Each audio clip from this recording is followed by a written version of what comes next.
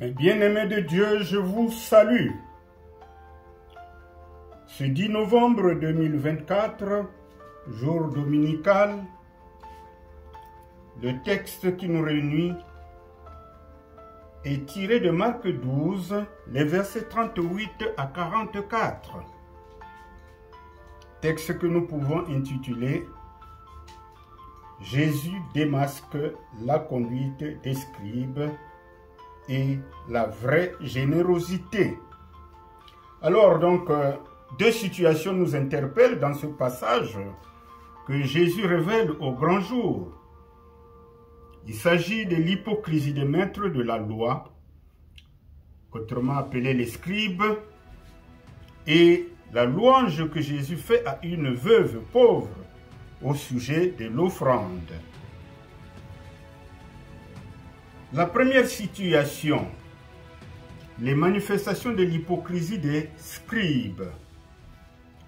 Jésus révèle de nouveau la nature des chefs religieux.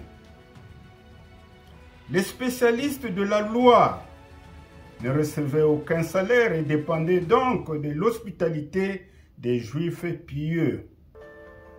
Certains d'entre eux en profitaient pour exploiter les gens en dépouillant les pauvres de leurs biens et en abusant des riches. Ils comptaient sur leurs actes de piété pour gagner la considération du peuple. Jésus dit à leur rencontre que leur condamnation est particulièrement sévère parce qu'en tant qu'enseignants, ils sont responsables d'instruire le peuple dans la foi. Au lieu de cela, ils lui imposent des règles sur des points de détail, juste pour satisfaire leur soif de posséder en usant de la duplicité. Deuxième situation, c'est celle de la pauvre veuve, que nous pouvons intituler la vraie générosité. En contraste avec ceux qui ont été démasqués comme étant des hypocrites religieux, c'est-à-dire les scribes, nous avons le privilège de voir dans ce second récit de notre texte du jour que dans la nation juive, il y avait quelques-uns que le Seigneur se plaît à reconnaître.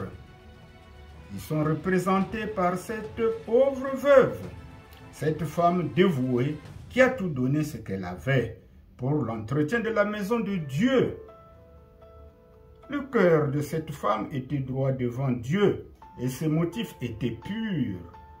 Elle n'en donnait que 2 petites pièces, mais aux yeux de Dieu, c'était plus que ce que tous les autres avaient donné.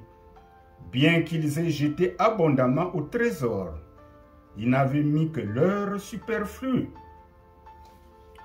Les chrétiens de la première heure avaient compris l'importance de la libéralité.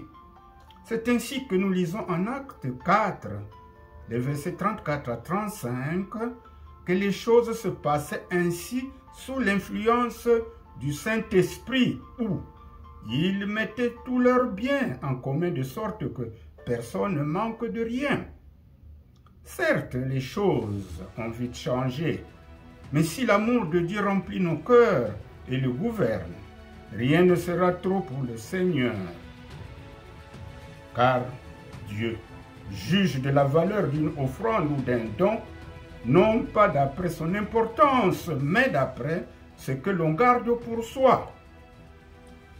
L'essence du don réside donc dans le sacrifice.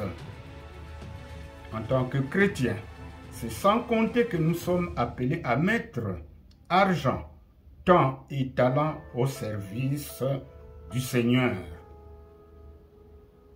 Jésus nous met en garde contre l'idée de chercher à faire bonne impression, d'être hypocrite et d'agir sans véritable amour pour Dieu. Car les vrais serviteurs de Christ ne cherchent pas à se distinguer par une spiritualité ostentatoire. Lire la Bible, prier en public ou participer aux cérémonies de l'Église n'est qu'un simulacre si notre motivation profonde est d'être vu et honoré des hommes.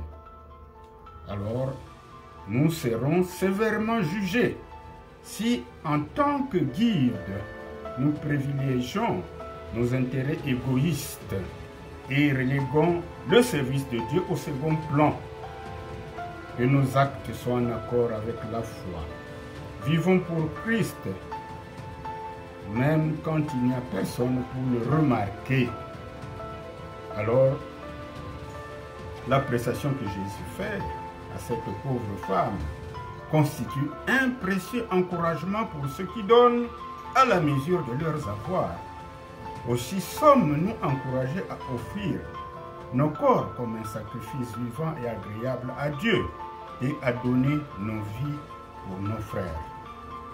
Bien-aimés de Dieu,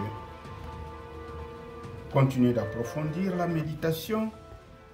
Que le Seigneur vous accorde bénédiction abondante. À nous revoir demain. Que Dieu vous bénisse.